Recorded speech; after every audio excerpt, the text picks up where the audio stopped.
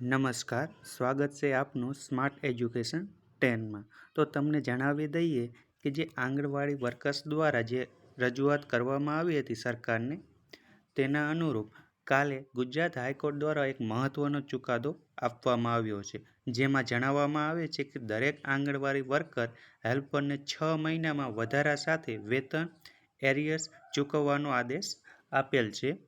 તેથી અને આ ચુકાદાનો અમલ 1/4/2025થી કરવાનું જણાવવામાં આવેલ છે, જેમાં જે આંગણવાડી વર્કર્સ છે તેમને મહિને ₹24,800 અને આંગણવાડી હેલ્પર્સને લઘુત્તમ વેતન ₹20,300 ચૂકવવાનો ગુજરાત સરકારને આદેશ કરવામાં આવ્યો છે।